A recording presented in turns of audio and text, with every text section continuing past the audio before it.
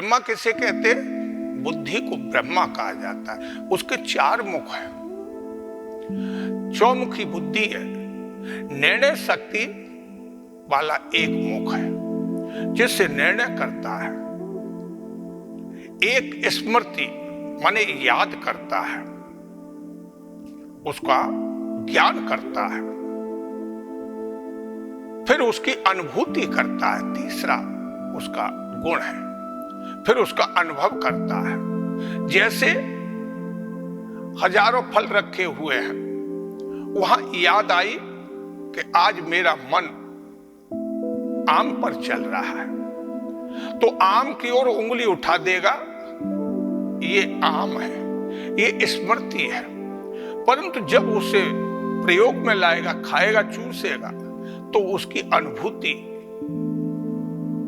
उसे सुख देगी, माने शांति देगी, प्रसन्नता देगी। इसके अलावा ये यहां तक 3 मुख है इस बुद्धि के, वो संसार से जुड़े हुए हैं।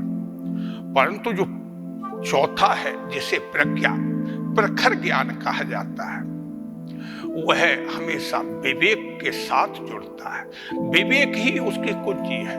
जब वह विवेक से जुड़ता है, उसी समय वह एक सत असत का निर्णय करता हुआ एक व्यापक ज्ञानी बनता है। वो व्यापक ज्ञानी यहाँ प्रकृति, भौतिक जो भी सुख है, उनको तुच्छ समझ करके और परमात्मा को महत्ता देता हुआ ऊपर की ओर चला जाता है। और उसके बाद वह विवेक और प्रज्ञान, प्रखर ज्ञान, प्रज्ञान माने प्रखर ज्ञान। प्रखर किसे कहा जाता है? अधिक पैना, जैसे छुरी जितनी, ब्लेड जितना तीक्ष्ण होता है, माने हर तर्क को जो काटने की क्षमता रखता है, जिसके यहाँ तर्क नाम की चीज नहीं रहती, कोई शक और संदेह नहीं रहता, उसका एक ही लक्ष्य होता है, मुझे विवेक की जरूरत है।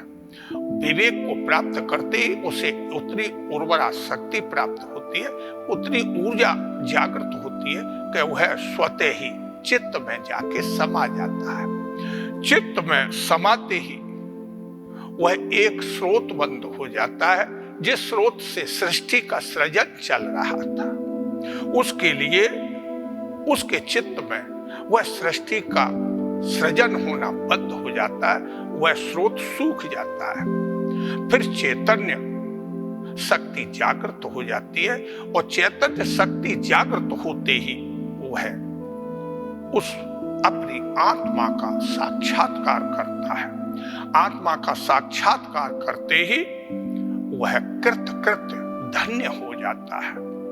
कृतकृत्य उसे कहते जो करने योग्य कार्य था, जो मैंने कर लिया, ऐसी अनुभूति जब होती है, उस अवस्था को कृतकृत्य कहा जाता है। तो इस तरीके से ये चित्त का विषय है कि जब नीचे से अहंकार, तीनों गुण, इंद्रियों के भाव और मन के व्यवहार और बुद्धि के व्यवहार जब चित्त में समाते हैं, तो वहां वह चिंतन खत्म हो जाता है। चिंतन जो रचना का चिंतन था, जो मेरी माया फैलाने का, खिलौने बनाने का, फर्नीचर बनाने का, गाड़ियां बनाने का, जहाज बनाने का जो भी भाव था, वो भाव बहुत तुच्छ वहां पर दिखाई देता है। फिर वह सदैव अपने इसी शरीर से और कहीं भी यात्रा कर सकता है, क्योंकि चिंतन खत्म हुआ। चाह गई चिंता मिटी। जब चाहना रहती है तब तक चिंतन होता है, जब चाहत खत्म हुई तो चिंतन कायका है। जब चिंतन समाप्त होता है, 24 तत्व हैं वह यहां धरती पर उसके लिए व्यवधान नहीं बनते। ये रहते सुरक्षित है, पर तो उसके लिए व्यवधान नहीं। अभिशाप नहीं वरदान बन जाते हैं। और फिर वह अपनी चेतना में जाकर के जागृत होता है, फिर पुष्ट होता है। चेतना से उसे एक बहुत बड़ी ऊर्जा प्राप्त होती है। उस ऊर्जा से वह अपने आत्मा का बुद्धि के द्वारा, चित्त के द्वारा और विवेक के द्वारा वह चिंतन करने लगता है। और जब चिंतन करता है तो उसे वह वास्तविक रूप अपना दिखाई देने लगता है। उस समय पर वह ये महसूस करता है, यह अनुभव करता है, अनुभूति करता है कि अहम ब्रह्मास्मि, मैं ही ब्रह्म हूं। अब मैं ब्रह्म हूं, परंतु मैं परब्रह्म नहीं हूं। ब्रह्म में और परब्रह्म में कितना अंतर है? एक दीपक में, एक सूर्य में जितना अंतर है। सूर्य अपरिमित क्षेत्र को प्रकाशित करता है, तापित करता है और ऊर्जा प्रदान करता है। किसको? इस सृष्टि के चल बने चेतन और जड़ दोनों ही प्रकार के माने प्रकृति के अंगों को, दोनों ही प्रकार के अंगों को, चेतन हो या जड़ हो, वो ऊर्जा देता है। परंतु वह दीपक मात्र मेरे घर को प्रकाशित कर सकता है, एक कमरे को प्रकाशित कर सकता है, मेरी दो आंखों को हर वस्तु का निर्णय करा सकता है।